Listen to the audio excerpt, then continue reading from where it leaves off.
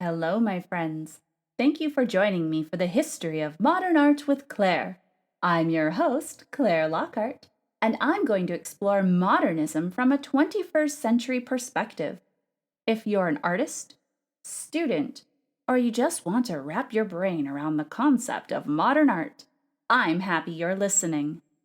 Welcome to the History of Modern Art with Klaire. Why am I talking about modernism after I already addressed Impressionism, Orientalism, and Post-Impressionism? Shouldn't I have covered this broad topic first? The reason I'm sharing about modernism in general at this point is because I want to discuss the concept of it, which really took off in the early 20th century, and this fits nicely within the chronological order. This will especially make sense when I introduce you to Hilma af Klint, who began making abstract paintings in the early 1900s. Modernism encompasses artwork made in the 19th and 20th centuries in the Western world, which should include Europe and the Americas, but it pretty much focuses on Paris and New York City exclusively. Modernism lasted from about the 1870s through the 1970s, and I say that with some hesitancy. Some art historians will argue that modernism began earlier with Jacques-Louis David's painting called The Oath of the Horatii. I've also seen other historians make arguments for different artists and artworks as the birth of modern art, but it's debatable. This murky beginning is part of the reason that the history of modern art can feel confusing and daunting to investigate. The art that was produced at this time can also be challenging to understand. The more I learn about modernism, the less I feel like I know anything about it, and I often find myself questioning if I even know what art is anymore. If you find yourself struggling with modern art, I'm so pleased you can join me because I want you to know that you are not alone. However, if you love modern art and you easily connect to it, I'm happy you're here too. And hopefully I can shed some light on why some of your friends or students aren't as big of fans as you are. Many art historians, critics, curators, and collectors like to have a nice little timeline to organize the progression of modern art, with the apex, the highest level of achievement of artists everywhere, as abstraction. They like to think that all artists were unified and universal.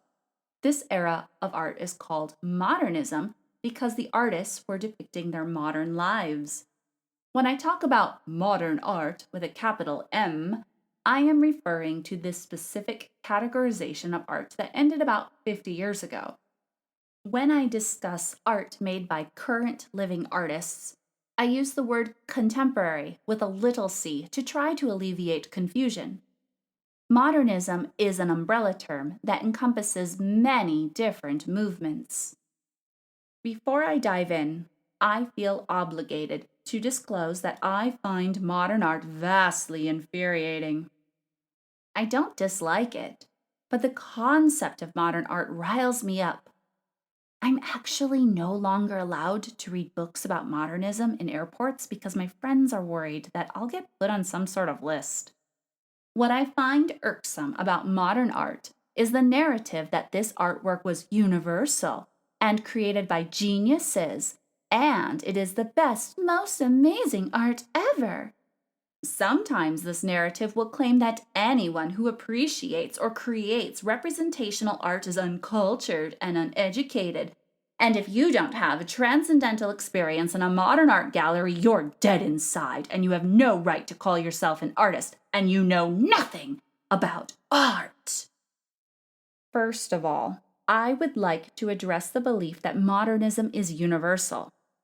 Keep in mind the majority of the acclaimed artists were white, cis-hetero, Judeo-Christian wealthy men.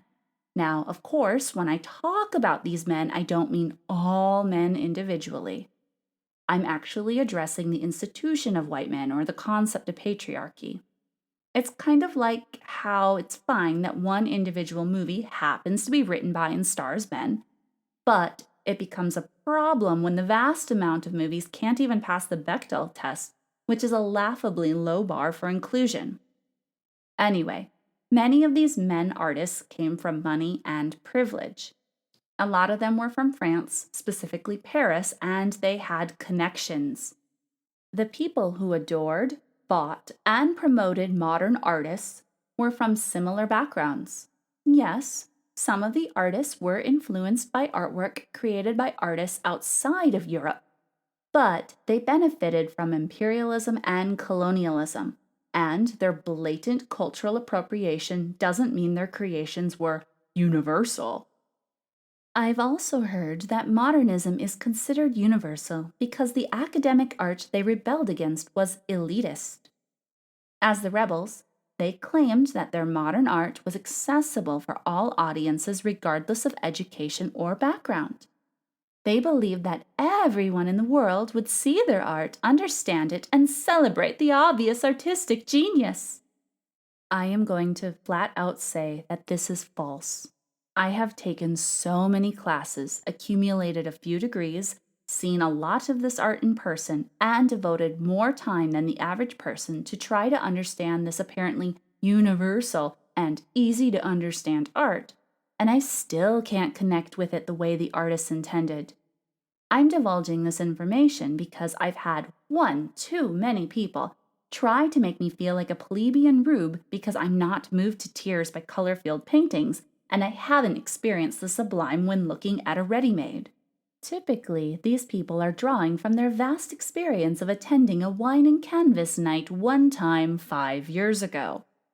If the premise of modern art is that I am supposed to understand and appreciate this accessible art without being part of the traditional academic systems of the past, then it's ironic that I have to devote so much of my life to reading philosophy, artist manifestos, curator essays, and exhibition reviews to even get a grasp on what I am seeing.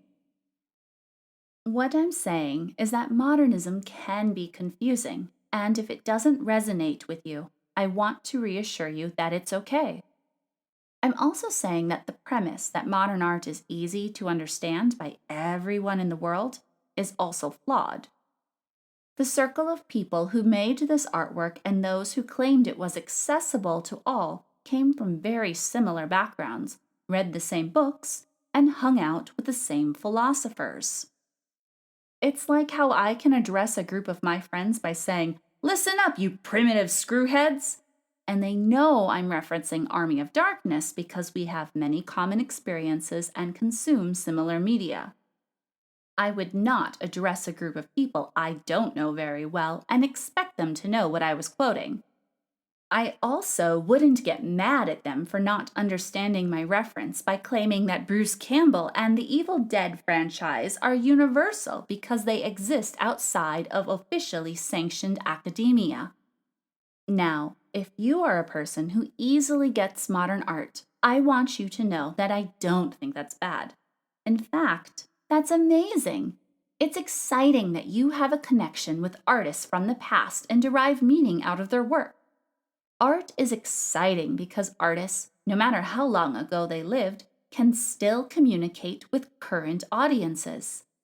I know I would love it if 100 years from now my artwork resonates with viewers just based on the compositions alone. I'm asserting that the claim that modern art, which was made by a small group of people from a few specific locations, isn't an art movement that represents the entire planet and everyone on the earth doesn't magically understand the work. I bet I would have a much easier time grappling with the concept of modernism if it wasn't wrapped in esoteric theories and acted as though no one else on the entire planet made any art of any value during the same time period. After the break, I will share about a painter who has been overlooked by modern art history for far too long.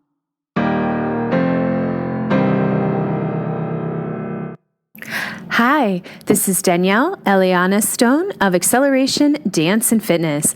Supporting artists and helping adults achieve their dance and wellness goals is what I'm all about.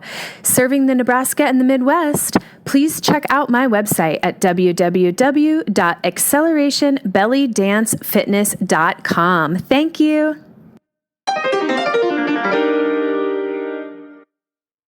In the United States, the common narrative for the history of American art begins with strange folk and colonial paintings that put the ugly Renaissance babies to shame. After fast-forwarding through the 1800s, the 1913 Armory show occurred in New York. Everyone lost their minds when they saw Marcel Duchamp's Nude Descending a Staircase No. 2, and then abstract expressionism was invented and crowned king of the art world. However, this narrative has a few flaws. First of all, this art canon completely ignores the varied and unique artwork created by indigenous people. Unfortunately, people of color in general are underrepresented in art institutions and history books. Even though there have been many successful artists, the majority of them are disregarded in favor for just a select few. Then, the more this narrative is taught, the importance of that small group continues to increase and their work grows in value. The more the story is repeated, the few popular favorites eclipse the contributions made by other artists who are quickly forgotten. If you ask someone to name their 5 favorite artists, I would bet almost all of the artists on their list are men who lived in New York or Paris. In case you haven't noticed, I like to engage with history by arguing with it. One artist who was forgotten in the modern art history canon was Hilma af Klint. I never heard about her in any of the art history courses I took, and she isn't in any of my Modernism books. Many art books fail to mention women at all, and so I shouldn't be surprised by this, but I am still disappointed. Fortunately, the Guggenheim hosted an exhibition called Hilma af Klint Paintings for the Future. The show ran from 2018 to 19, and it was the best attended exhibition that the Guggenheim hosted. Hilma af Klint was born in 1862 in Sweden to an aristocratic family. This was a time when women really weren't supposed to have jobs outside of the home, and it was very rare for women to receive training and become professional artists. Despite being a woman, af Klint was able to attend the Royal Academy of Fine Arts in Stockholm, which started to permit some women to take some classes. Learning about art was an acceptable way to keep unmarried aristocratic women busy at the time, at least until they could get married off and start making tiny humans. Even though women could attend classes, they were restricted in their lessons. For example, women weren't permitted to draw or paint the human figure. This restricted what artwork they could make, and it effectively banned them from creating big, dramatic history paintings that were still popular in Paris, which was the center of the art world. History paintings were at the top of the hierarchy of art, and they often required nude figures in their compositions. Despite these restrictions, Hilma af Klint had a career as an artist thanks to her hard work and dedication. She made portraits, landscapes, and illustrations. However, her abstract paintings are what made her extremely unique. In 1906, af Klint began making the first documented abstract paintings in the Western world, but typically Wassily Kandinsky is credited as the pioneer of abstract art for a painting he made in 1911. I don't know about you, but it seems to me that 1906 happened a few years before 1911. Before I go on a tangent about af Klint's glaring absence from art history, allow me to describe her artwork. From 1907 to 2008, af Klint created 111 compositions for a series she titled Paintings for the Temple. Her biggest paintings were called the 10 Largest, and these non-representational artworks symbolized childhood, youth, adulthood, and old age. She used colorful, abstract shapes, spirals, geometric shapes, and organic lines. Imagine what it would look like if a Pink Floyd album had a baby with a color wheel, and that baby was over 10 feet tall. One of these revolutionary paintings is called The 10 Largest, No. 7, Adulthood, and Hilma af Klint made it in 1907. To create this work, she put her paper flat on the floor and then applied oil and tempera paint to the surface. This 124-inch tall painting has a light, dull, violet background. There is a gigantic gold shape in the right third of the canvas, and it kind of looks like an hourglass because it is skinny in the middle. The bottom section is shaped like a teardrop, with the pointed tip at about the center of the composition. There are two more downward almond shapes connected to the top of the first shape, and they appear to be overlapping each other. The gold shape on the top left has a dark outline and a Roman numeral 1 painted in white. The matching downward shape is outlined in red, and it has a number 2 label. The bottom teardrop has a white outline and 3 dark repetitions of the same shape inside of the gold space. It's reminiscent of a bisected onion because of the layers, and there is a white numeral 3 in the centermost section. The top of the canvas has 3 organic circular blobs that are unified by green pigment. The left of the canvas houses a swirling red arabesque. There are a few other smaller shapes around the arabesque and to the right of the big gold formation. Directly under the gold shape, there is a black horizontal line, and there are bent figure 8s attached to each end. The remainder of the space is filled with light blue, pink, gold, and white shapes and swirling lines. If you want to see photos of her work, I recommend visiting the Hilma af Klint Foundation's website. You can also see her work in the documentary Beyond the Visible, Hilma af Klint. After she completed her paintings in 1908, she showed them to her family, but they told her that her artwork was too weird and that she shouldn't show them to anyone else. She also shared her work with Rudolf Steiner, who was a medium and the leader of the German Theosophical Society. Theosophy was a very popular religious movement in the late 19th century, and it was based on the idea of a oneness of all humans. It was inspired by the advances in science, such as X-rays, that made the invisible world visible.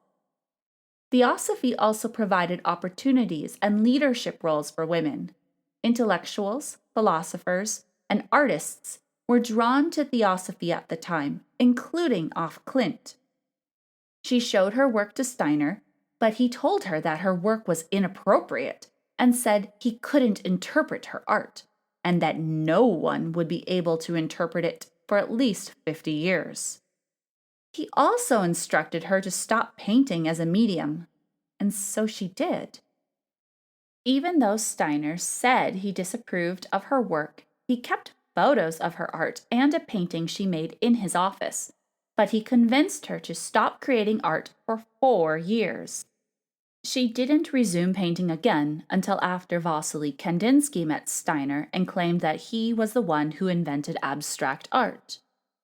I'm not saying there is concrete evidence that Kandinsky ripped off Hilma af Klint's innovation, but he didn't make his first abstract painting until a few years after he met Steiner, who had copies of af Klint's radical artwork. Kandinsky was also extremely vocal about his innovation to establish his role in art history. Between 1912 and 1915, af Klint resumed painting. She created 82 more works of art for her paintings for the Temple series, which brought the total to 193 paintings. She made about 1,300 paintings during her life. She did not get to exhibit her artwork very often because her friends, family, and religious leaders told her not to show her work, but she occasionally displayed her art anyway. She even had an exhibition in 1928 in London. She left all her artwork to her nephew, Eric af Klint, but he was instructed to store all her radical work until 20 years after her death because she trusted Steiner when he said no one would understand her art until much later. She died in 1944, and even though many other artists were enjoying fame and praise for their abstract paintings, her work was hidden away until the 1960s. Are you ready for my angry postulation on why Klint is ignored by the art world and is still left out of the canon of art history? It's more than she was just a woman, but that does factor into her omission. Erik Klint offered the collection of her work to the Modern Museum in Stockholm, and they weren't interested because she was a woman. But they absolutely refused to see her work when they found out she was a medium. Even though her male contemporaries were theosophists and mediums, the label is more scandalous when applied to women. Kandinsky was a theosophist, but art historians categorize him as a philosopher instead of a medium. The other reason Klint is missing from the history of art is because she wasn't included in the catalog of Cubism and abstract art published by the Museum of Modern Art in New York in 1936. This publication was extremely important for setting the canon of art history. The cover of this book is a diagram that lays out the path to Cubism and abstract art, which the authors considered the best and most innovative art ever. This exhibition publication didn't include Klint. It didn't include any women artists. Museums in general don't include a lot of artwork created by women. Over the last decade, only 23% of the MoMA's acquisitions included artwork made by women. I suppose that's better than 0%, but it's still pretty pathetic. In 2018, ArtNet and In Other Words did a joint study of acquisitions by prominent American museums and discovered that only 11% of the acquired artwork was made by women, and the statistic is even more dismal for women of color and non-binary artists. Women faced so many obstacles to become artists, and it's extremely frustrating that after women were written out of the history, it's difficult to get them added back. Additionally, in the tradition of modernism, it was believed that only men could possess genius. This can be traced all the way back to Aristotle's misogynistic declaration that women are deformed men. It would be great if women and non-binary people would finally be treated as people, but unfortunately, there's still a lot of room for improvement.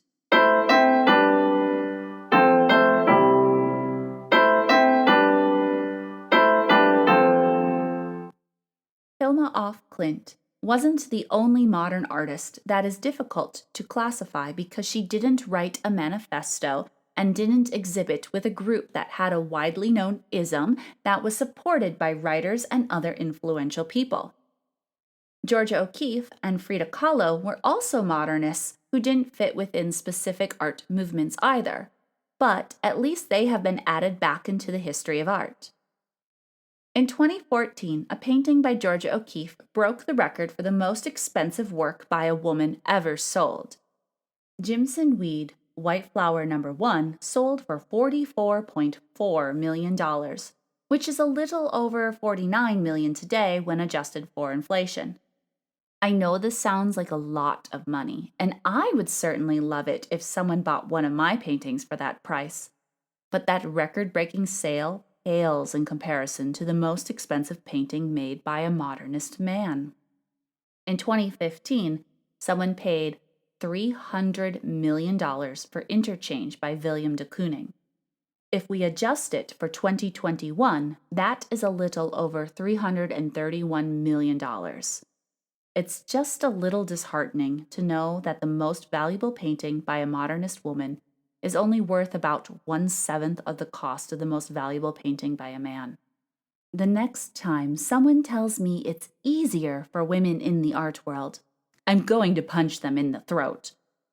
I'm kidding. I wouldn't hit anyone, but this lack of inclusion and appreciation of women in the arts is exhausting. Stay tuned after the break, and I will address the concept of art for art's sake.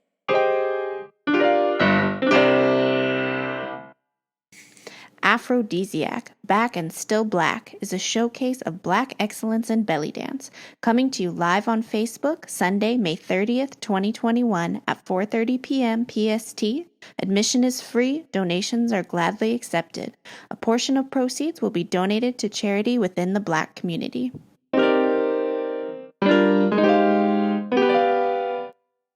One of the catalysts for the creation of modern art was that artists embraced the philosophy of art for art's sake. This simply means that art itself has intrinsic value. Artists don't need any other excuse to create. Art doesn't need to have a function outside of itself, and this is exciting. Artists don't need to create art for the government, religious leaders, and the art doesn't have to be functional. I want to note that I've noticed some people use this phrase in a slightly different context now that differs from its original intent. I have heard others use the phrase art for art's sake as a declaration that everyone is an artist and everything they make is considered art because they say so. The people I encounter who are most adamant of using this phrase tend not to be artists, but rather people who like to melt crayons on canvases with hair dryers or make copies of that one birch tree acrylic painting from Pinterest. Now, I'm not trying to insult people who derive joy from craft projects because those activities can be fun and have merit. I have many friends who paint, sketch, and collage as hobbies. I just want to reiterate that art for art's sake means that art as a field of study and art itself has value. It doesn't mean that everything that is handmade is art with a capital A. In the academics of art, it is important to keep in mind that there are certain terms that have specific meanings, and we need to be mindful of the terminology. For example, while I was earning my MFA and delved deeply into the history of modern art, I became terrified to use the words beauty, truth, or whatever, because I might unintentionally invoke the wrath of the gods of past philosophy and cause art historians to judge me harshly. Permit me to provide an extremely abridged version of modernism and list various art movements in a somewhat chronological order. I will begin with Impressionism, which was one of the first art movements that clearly rebelled against the official salon and the art of the academy. The Impressionists hosted independent art exhibitions to show their artwork that depicted modern life as they knew it. Contemporary audiences may see Impressionist paintings as blurry, non-offensive landscapes and cute domestic scenes, but they were quite rebellious when they were new and caused a stir. While Impressionism was happening, the Orientalists depicted their imperialist fantasies of the Middle and Near East. Orientalist painters rebelled against photography, which was black and white at the time, by using vivid colors. Post-Impressionism debuted at the last Impressionist exhibition. The Post-Impressionists were fascinated with color theory, and their artwork emphasized how the artist could manipulate color to create compositions. The Fauves came next, and they used wild, unnatural colors. Cubist artists acted as though they were the first people on the planet who realized that paintings were flat, and they represented the world from multiple viewpoints simultaneously. All of these artists were centered in Paris. Suprematism came a little later, and this artwork looks like geometric shapes created with flat colors. This movement developed in Russia. Dadaism is another notable modern art movement, and it began during World War I in Switzerland, but it grew in New York and Paris. Surrealism was founded in France, but it also developed in New York. During the advent of modernism, Paris was the center of the art world, but there was a shift. According to William V. Dunning in Changing Images of Pictorial Space, Paris had been the center of world art until the Nazis occupied the city in 1940. An act of war suddenly made New York the new center of world art, and this awareness of being the world leaders in art gave the young modernists the confidence to stop following European artists. In 1937, Nazis in Germany organized the Degenerate art exhibition, which was meant to degrade modern artwork. I don't want to devote any extra time talking about Nazis, but André Breton, Diego Rivera, and Leon Trotsky teamed up to write towards a free revolutionary art to express their outrage. They observed, "Every progressive tendency in art is destroyed by fascism as degenerate." The Degenerate art exhibition featured artwork looted by the fascists, and their point was to show Germans how horrible modern art was. However, their show had the opposite effect. 2 million visitors flocked to the exhibition, and the Nazis unintentionally made modernism more popular. If you are a person who has a difficult time understanding modern art, at the very least, you can appreciate it because the Nazis hated it. So, the next time you are at a modernist exhibition and you just don't understand what you're looking at, and your friend turns to you and asks what you think of the show, you can always say, "I think Hitler would hate this. Therefore, it is a good example of modern art." You can even carry this over into your personal practice if you're an artist. Perhaps you're working on a new series and you have that moment of self-doubt and wonder if you really are making important artwork or not.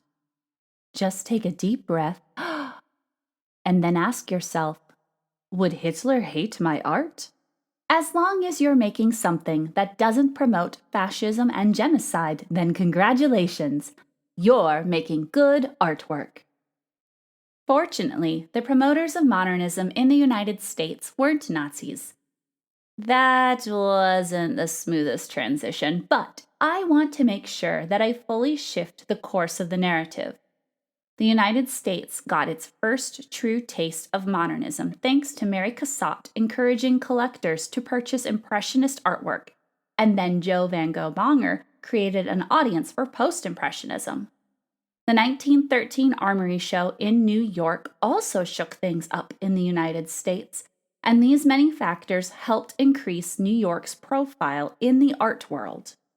Many artists, critics, and historians like to claim that the pinnacle of art is abstract expressionism, which developed primarily in New York during the 1940s through 50s. Pop art emerged shortly afterwards in the 1950s and 60s. There are several other modernist movements that I skipped, but postmodernism arose around the 1970s as a rejection against modernism. Are we still in the era of postmodernism? Who knows? Most likely not. I've heard some artists and educators describe that we are in post-postmodernism, or even post-postmodernism. Some very sarcastic artists that I know enjoy seeing how many posts they can say when describing that we are in the era of postmodernism. Modern art, overall, can be confusing and complex. Modernism began in late 19th century France, and it was rebellious when it was new.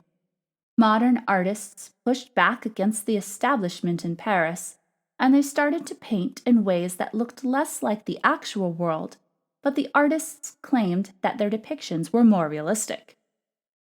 They also made declarations that their work was universal, even though it wasn't. There were many different movements within the overarching classification of modernism, but not all artists from this era fit within specific categories. Each movement varied based on when and where the art was made and what it looked like, and it feels as though each new genre had to rebel against what preceded it. Even though modern means now, modernism with a capital M is from the past. If that isn't perplexing enough, keep in mind that postmodernism arose about 50 years ago and is already over.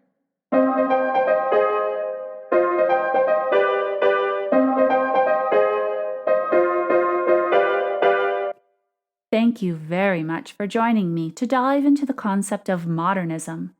I appreciate you sharing your time with me, and I hope you'll join me in the future to learn about Fauvism. You can find a transcript of this episode, the resources I consulted, or become a patron when you visit KlaireLockheart.com and click on the Media tab. That's KlaireLockheart.com. Find me on Instagram at Klaire Lockheart to see what I've been up to, or you can follow me on Facebook by searching for Klaire A. Lockheart. The History of Modern Art with Klaire was created by me, Klaire Lockheart. This podcast was recorded with equipment provided by Aaron C. Packard of Aaron C. Packard Productions. Check out his post modern artwork at aaronpackard.com, spelled AARONPACKARD.com. I am grateful for your support and positive feedback. Please remember to subscribe so you won't miss future episodes. Thank you.